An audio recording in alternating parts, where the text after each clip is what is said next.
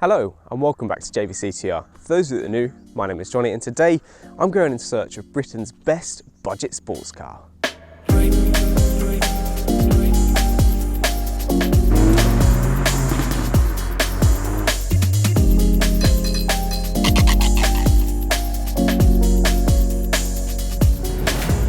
Okay, so let's dive straight in.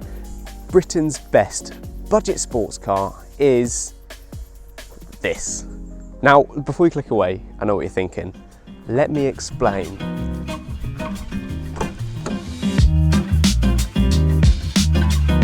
So I don't normally start with price, but as we're on the hunt for Britain's best budget sports car, I guess that's quite important. So at time of filming, you can pick up a low mileage, around about 30 to 35,000. One of these, about 2014, so that's what, 5 years old-ish, £3,000. I mean, you're not going to find a sports car, or any other sports car I should say, at that price point. Not only that, you still have the balance of a 7-year manufacturer warranty. You also don't get that with many other sports cars. So, as we're in here, let's talk about the interior first. And as you could probably guess, as a sports car, there isn't too much in here. I mean, you get a radio and 2 speakers in front of the driver, of course, for optimum stage sound, a faux leather steering wheel, faux leather gear knob, and that's about it. So clearly they have gone for the lightness option, which really adds to the driver involvement. And with that, I guess I should probably share what it's like behind the wheel of one of these things.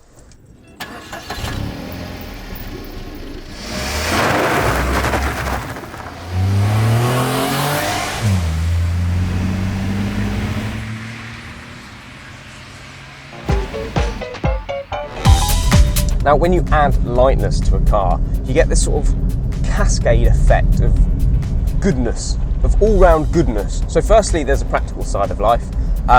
Because the car is lighter, braking components will last longer because it's got less weight to stop. The car can be fitted with thinner, cheaper tyres. And generally, from a practical, cheapy standpoint, which is what we're going for here, lightness is a very good thing. But most importantly, lightness is very good for performance.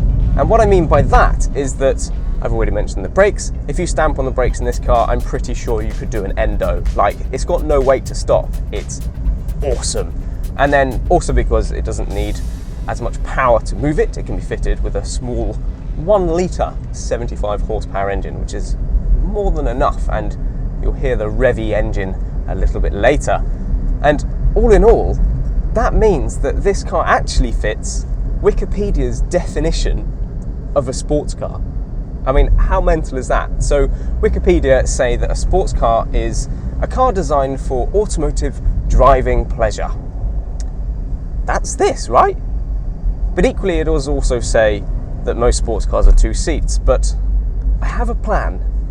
Now, in order to make this car conform to Wikipedia's definition of a sports car, I guess you need to remove the rear seats, but that's pretty easy. You just, that's 1 down, and then, that's 2 down. And now it is officially a proper sports car, but we're going for the best budget sports car. And if you've got the option of having 5 seats, why would you get rid of them? So I think I'll keep them. Thanks. Now, I understand there's going to be some critics out there which say that this is not a proper sports car. And I get it, I do get it, but we're in 2019 now, and it's safe to say that a hot hatch is not the same as it used to be. A sports car is not the same as it used to be. Take my Fiesta, for instance. This now has a 1.5 3-cylinder eco-friendly engine in it, a sunroof, a stereo with a big subwoofer, and by some definitions, that means that it's no longer a hot hatch, which is fine, but if it's not a hot hatch, what category does this now fit in? And that's kind of what I'm getting at here. In fact, yes, it's not a traditional sports car, but there's no reason that in 2019 it can't be.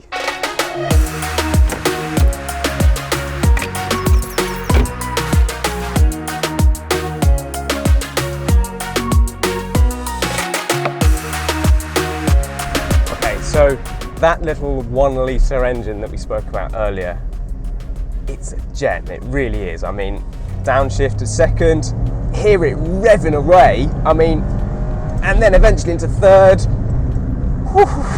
I mean, it's not powerful, but he goes, considering, and it's all about that lightness thing I spoke to you about earlier. In terms of the handling, well, actually, it handles quite well. Sports cars are all about feeding back to the driver. Now, generally, sports cars, they tend to do this through the steering wheel, but actually this car, you don't get too much through the steering wheel, but it does feed back based on like the angle of lean as you go in a corner. And you know, we've got a roundabout here, seems like a perfect time to try it. So, and lean, oh my word. Yeah, so as I said, it certainly grips, but it will tell you when it's on the limit of grip by how far over the car is leaning. If you're about 45 degrees, you want to sort of back off a bit.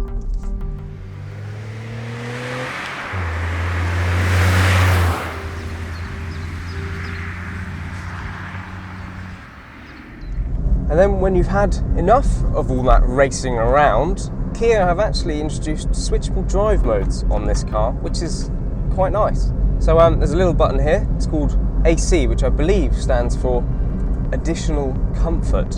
And what that does is it reduces the amount of power produced by the 75 horsepower engine to something less than 75 horsepower. And instead of cheating like a lot of sports car manufacturers do, and they say it's a comfort mode, and all they do is just change the throttle response. I mean, there's no need for that. This car just reduces the power. And what is amazing about this mode is it absolutely nails cruising this car. It nails it, like, to a T. But the most amazing thing by far is the fact that it has the same effect on everyone around you. I mean, every time I use this comfort mode, I get a stream of people behind me just looking to enjoy the relaxing atmosphere. I mean, there's not many sports cars that do that. I mean, this thing is pretty cool.